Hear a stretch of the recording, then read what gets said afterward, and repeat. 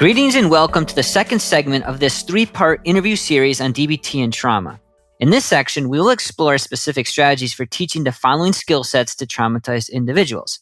Dialectical skills to balance underthinking versus overthinking, distress tolerance skills to balance underreacting versus overreacting, emotion regulation skills to balance underfeeling versus overfeeling, and interpersonal effectiveness skills to balance too much independence or aggression versus too much dependence or passivity. Throughout this segment, I will also explain how I customize each of these skill sets specifically for trauma symptoms, including an extended garden analogy. A little bit about some of the dialectical dilemmas that you often run into when you're working with PTSD, but I'm wondering if you can kind of take us back there a little bit more and talk a little bit further to that and how you use dialectics with trauma.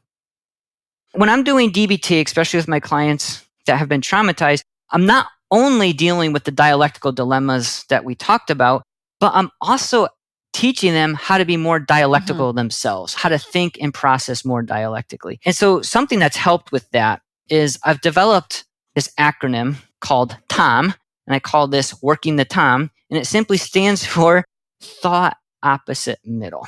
Because one of the biggest mistakes I made when I was new with DBT was I would actually use DBT terms with my clients, such as dialectics, and their face would just glaze over and I'd lose them. Because let's be honest, the normal person does not use words like dialectics in their normal everyday interactions. When I call this the TOM, they can remember that and start to apply it. The whole point of the TOM acronym is for them to catch some of their extreme thoughts and notice them when they come up, and then simply go to the opposite of that extreme thought and then land somewhere in the middle. For example, if they notice the extreme thought of, I am such an idiot, I'm a moron, I can't do anything right.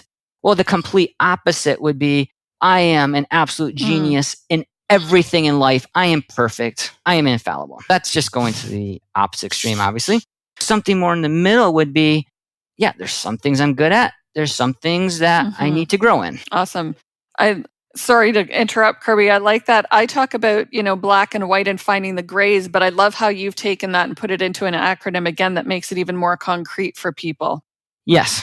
And another way I can teach dialectics to my clients is pros and cons skill that comes from DBT. Because if you can help clients sort through what are the pros and cons of doing things how I normally do them, just my normal reaction, versus the pros and cons of maybe using one of my skills, you're already helping the client think through the same situation from multiple angles, which is what the whole point of dialectics is, right? Instead of being so fixated on just one potential response, we're going to broaden our spectrum, so to speak. And then if you factor in short-term versus long-term, now you're helping clients sort through a situation from even more perspectives. So what are the short-term benefits of just acting on my urge versus the long-term consequences? And then short-term and long-term cons of acting on my urge. And the short-term and long-term pros and cons of doing something else. The whole idea is to help the client start to look at situations from many perspectives instead of just one. And then another strategy I use with some of my clients, so we all tend to have what's called this negativity bias. We tend to see things as more negative than they actually are in real life. And one way to pick up on that is if you just consistently use words with a negative connotation, right? It's a pretty good indicator of a strong negativity bias. So one really simple way to correct for that is what I call dialectical synonyms. So for example, if you have a judgmental thought about someone, like, he is so cheap and stingy.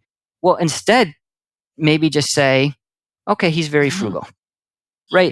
It's just a slightly different way of saying the same thing, but with a positive spin to kind of counteract that negativity bias. Or instead of thinking of someone as, oh, he is so impulsive, maybe just think of that person as spontaneous. Or she is so controlling and such a neat freak. She is just so OCD. Well, maybe think of that person as organized and orderly and a good planner, etc. Nice. Okay. So, just some simple strategies I've used. And I love that. It's true too, right? Our brains are wired in that way to go to the negative quite often because of that negativity bias. So it takes practice. And this is a great way of getting people to practice that. Okay, so Kirby, obviously we know DBT was created to treat borderline personality disorder where there's a lot of emotion dysregulation and self-harming and suicidality. So I'm kind of wondering about distress tolerance skills. Do you need distress tolerance skills with this population? And if so, what can you tell us about using those skills with PTSD? Yeah, so absolutely, because someone that's been traumatized, by definition, they're easily triggered. One of the symptoms of PTSD is that you experience intense psychological and or physiological reactions to trauma reminders. And once again, so like I mentioned before, someone with PTSD, they'll either underreact or overreact, or both, to trauma reminders. So yeah, therefore, distress tolerance is super important. So when I teach distress tolerance skills to my clients, I'm teaching all the same skills from DBT, from Marshall and Hand's manual. But a lot of times what I do is I'll teach the skills without necessarily acronym behind it. Speaking of pros and cons, one of the pros of DBT is there's lots of acronyms. One of the cons is there's lots of acronyms. So depending on your preference, it's either a pro or a con. I've noticed with lots of my clients, they get overwhelmed from too many acronyms. So I'm teaching them, the basic skills from the TIP acronym, from the ACCEPTS acronym, from the IMPROVE acronym, right? I'm teaching them to change their temperature, to take mini vacations, to do paced breathing, to do self-soothing with their 5 senses, muscle relaxation, etc. But usually without the acronym. And then, so what I do is I teach them all of these different skills from the manual. And then what I do is I help the client come up with their own personalized, customized coping card. And this can literally be a card, like an index card, or something that they could put on their keychain or in the glove compartment or on their windshield or their mirror, wherever. Or it can be an app on their phone, right? There's plenty of options to use technology nowadays. So it doesn't necessarily have to be a physical paper card, but it certainly can be. And so what I tell clients is this coping card needs to be immediately accessible, right? It needs to be within reach at all times, because what I explain to my clients is this coping card is basically your temporary wise mind, or balanced mind, as I like to say. And if you've lost your coping card, well, then you've lost both of your minds, which you can't afford to do. So, the coping card is basically what you need to do when you're not in your balanced mind. So what you need to do in order to get back into that balanced state.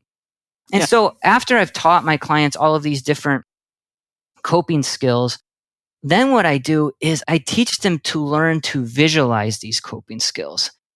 And the reason for that is because they're not always going to be able to use one of their coping skills.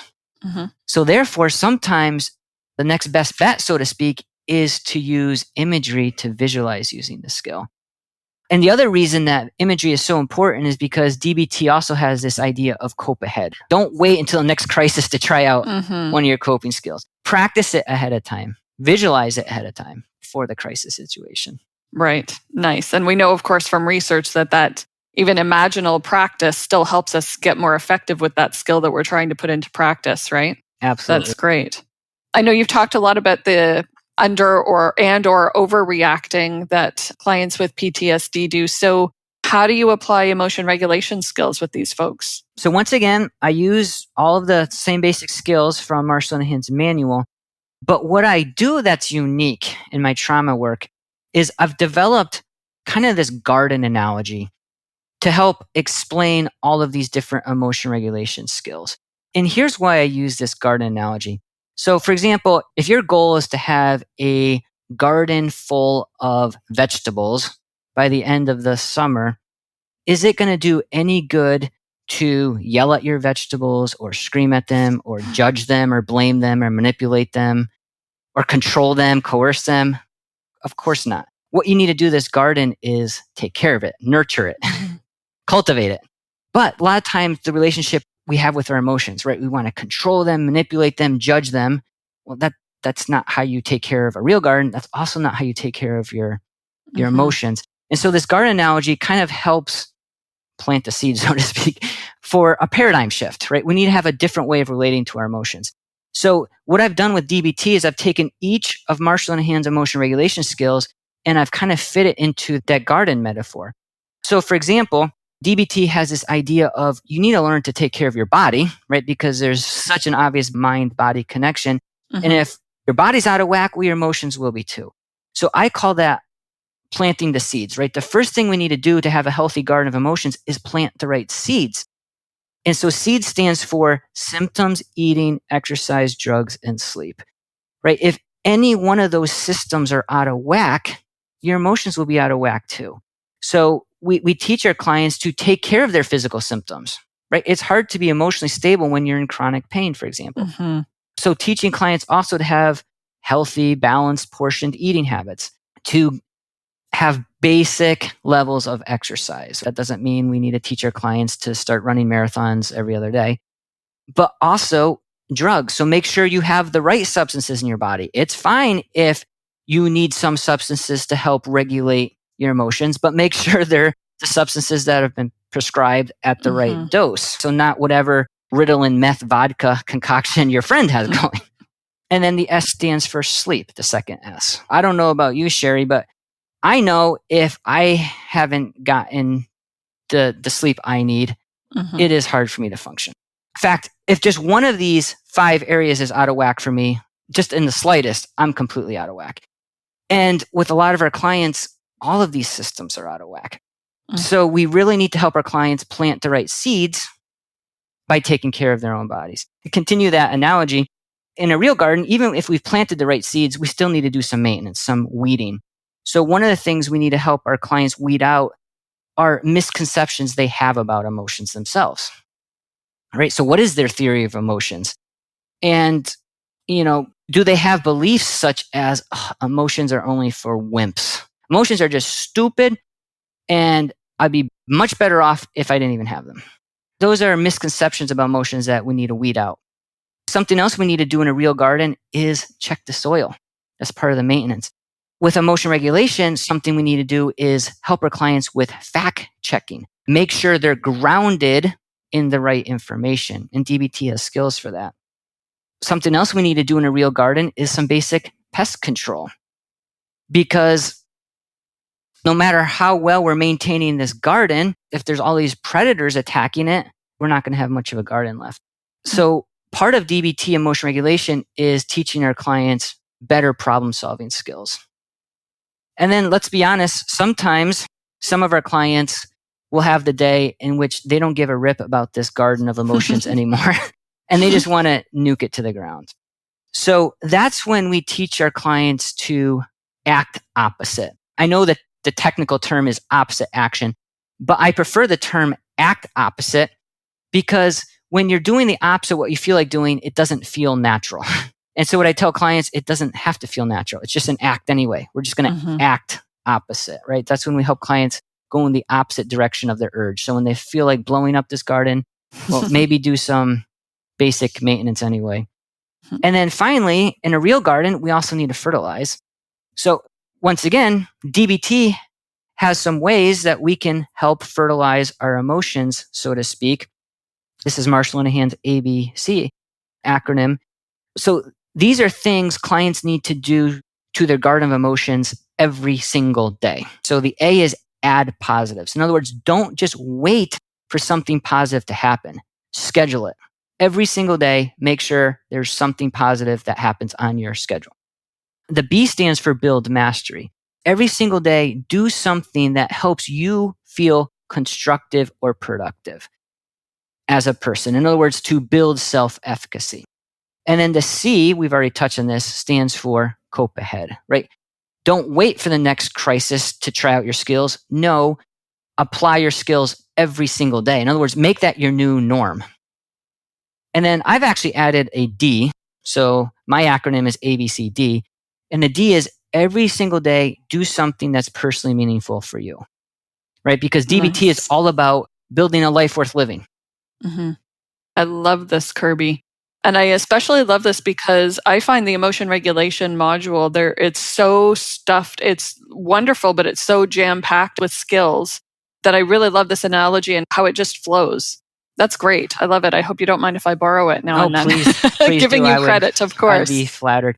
Another one of the reasons I developed that analogy is because I got so sick of hearing the term control your emotions. Mm-hmm. And that's a very popular phrase, even within DBT circles. So if you look at, DBT workbooks that have been published out there, a lot of times instead of emotion regulation, you'll hear the phrase control emotions.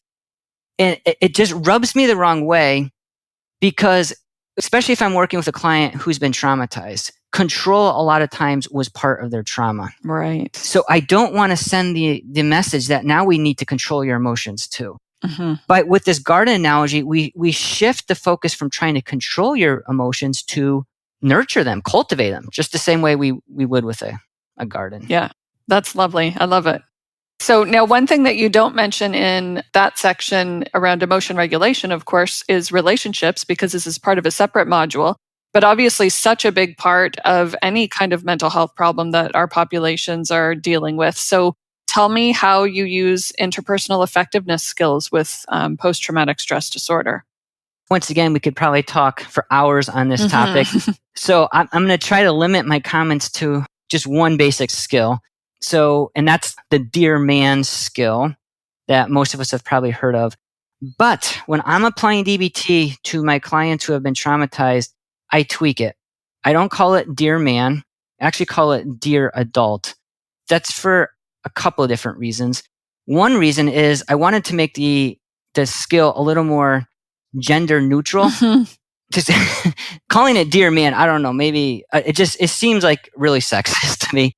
But furthermore, at a more practical clinical level, the majority of my clients who have been traumatized by men. Mm-hmm. So I'm not sure what that says about my own gender, but it's true. And so if I'm teaching them this interpersonal effectiveness skill called dear man, the skill itself can be triggering just based on the name alone.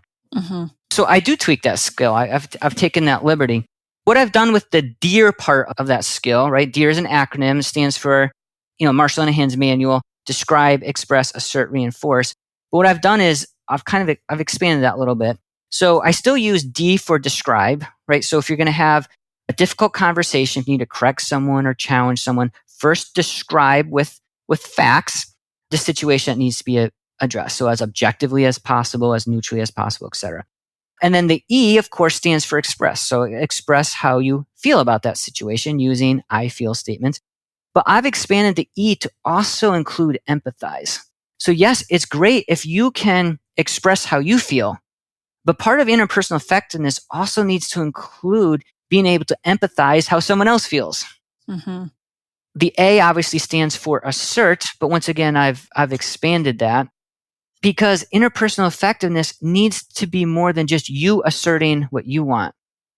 Because for a relationship to work, you also need to appreciate the other person's perspective and, if necessary, apologize. So I use the A for all three: assert, appreciate, and apologize. And then the R, of course, stands for reinforce. And what I found is that probably the best way to reinforce the relationship itself, but also what you're asking for, is to make sure you frame your request as a win-win. Because otherwise, if I'm simply describing, expressing, asserting from my perspective alone, that comes across as me, mm-hmm. Mm-hmm. which is not too endearing or convincing. So what I tell clients... Or adult. Yes. So what I tell clients is at some point in the skill, the me has to become a we, right? Mm-hmm. The M has to turn around and become a W for this to work. Right. And that's how I use to reinforce, right? Let's make this about what's best for the relationship, what's best for both of us, not just about what I want. Right. And then instead of man, dear man, I have a dear adult. And I use the adult as a reminder to once again stay grounded in the middle. So my clients who have been traumatized, once again, they tend to go to either one extreme or the other when they're triggered in relationships. So one extreme is when they use the parent voice. That's yelling and screaming and lecturing. Or the other extreme is using the child voice. That's whining and pouting and throwing a temper tantrum. The middle ground between those two extremes is to use the adult voice. In this segment, we learned 4 key points. First, since traumatized individuals are caught at the extremes of both underthinking and overthinking, The following dialectical thinking skills help clients find more balanced thought patterns: pros and cons, dialectical synonyms, and working the time, thought opposite middle. Second, since traumatized individuals are caught at the extremes of both underreacting and overreacting to trauma reminders, not to mention other life stressors, distress tolerance skills help clients find more balanced ways to manage their triggers. In particular, it is important for clients to learn to visualize their coping skills and create a coping card, whether paper or electronic, as an accessible reminder for more balanced functioning. Third, since traumatized individuals are caught at the extremes of both underfeeling and overfeeling, emotion regulation skills help clients find more balanced ways to nurture their emotions. In particular, Dr. Reutter developed an extensive garden analogy to help clients understand the necessary paradigm shift away from attempting to control or coerce their emotions towards learning to cultivate healthier emotional habits. And fourth, since traumatized individuals are caught at the extremes of too much aggression or independence versus too much passivity or dependence, interpersonal effectiveness skills help clients find more balanced ways to manage their relationships. In particular, the Dear Adult skill helps clients learn to describe, express, empathize, assert, appreciate, and apologize in ways that reinforce the relationship through win-win thinking and use of the adult voice, which is the middle path between the parent voice versus the child voice.